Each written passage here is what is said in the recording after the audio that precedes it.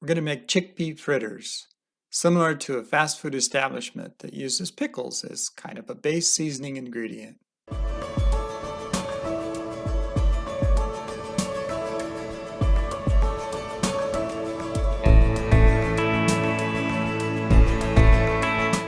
Join me, Steve Bryce, as I guide you through what I learned, tips, techniques, tricks, as well as mistakes over the years as I explored plant-based eating in my transition from being a meat eater, working in the meat industry, to becoming a vegan chef and running 2 restaurants.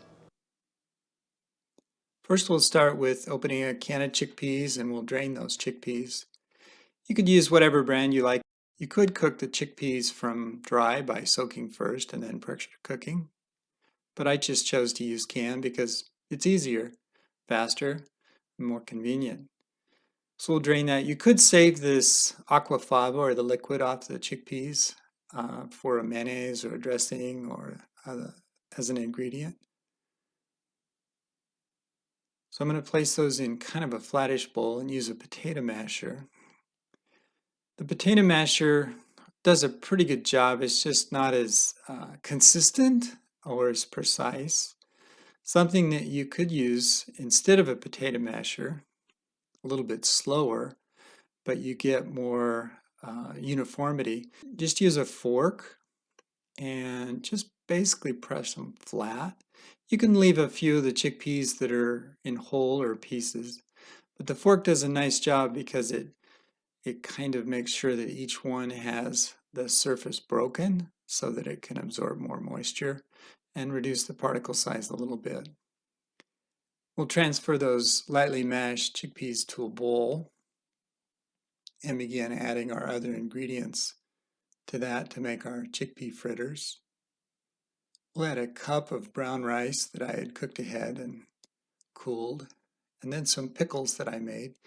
These are actually just cucumbers, so they're not the correct pickle that you're supposed to use, but we had dill and garlic, and so I made some pickles from the cucumbers that we had in the garden. The taste and flavor is great. Texture is pretty good, so we'll use those. About a half cup of those dill garlic pickles for our chickpea fritter, and then a teaspoon of garlic powder. And I'm choosing to use MSG in this, which is found in that fast food sandwich. You could choose to omit it. About a teaspoon of Dijon mustard and 2 teaspoons of soy sauce. Mustard for tang and the soy sauce for umami.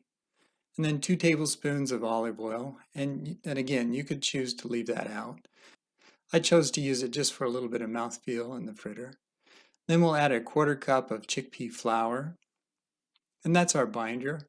I like using chickpea flour as a binder because not only is it a nice stickiness factor that really holds fritters or patties or whatever you're trying to stick together, but it also adds nutrition. I mean, it is ground chickpeas, so it adds more protein in lieu of some of the other binders that you could use that are just starch-based. So we'll mix that until it becomes pretty sticky. Word of caution again, I think I mentioned it before, but chickpea flour before it's cooked is really bitter. So you can taste your mixture before you add the chickpea flour, because if you wait until after you've made it with the chickpea flour in it, it'll be really bitter to taste.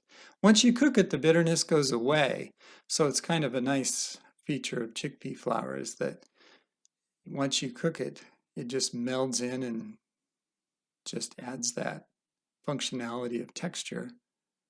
And then we'll take those fritters, put them in the oven, bake them for about 25, 28 minutes, whatever it takes to kind of crisp those up. While we're waiting for those to cook, we can slice our tomato and get that ready for our sandwich. Fresh garden tomatoes this time of year, so it's really nice to have. And then we'll take our lettuce that we've washed and chop up our lettuce to add to the top of the sandwich. And chopping up the lettuce will just reduce the size, so it's a little bit easier to get in the sandwich. These rolls, I just baked these. They're just basically sandwich rolls. And I made them smaller just so it's easier, a little bit easier to handle, and then kind of to manage the portion sizes. So the chickpea fritters are out of the oven. We can set those aside and build our sandwich. A little bit of vegan mayonnaise on there. And again, you could choose to omit that. One thing I didn't add is a couple of slices of pickle on this sandwich would bring out even more pickle flavor, but I wanted the tomatoes and the fritters themselves to shine as far as flavor goes. So you can build it, you can put the fritters on first, the lettuce, then tomatoes, or you can put the tomatoes down as kind of a base, the fritters on top. However you'd like to construct your sandwich. It's a simple sandwich to actually build and make.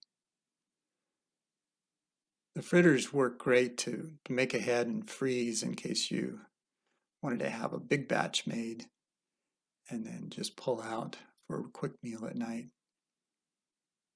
And there's our chickpea sandwich. So I hope you enjoy. So as you enjoy the last bit of your meal, don't forget to move in nature or practice flowing in on your mat whenever you want to find flow and ease in your life.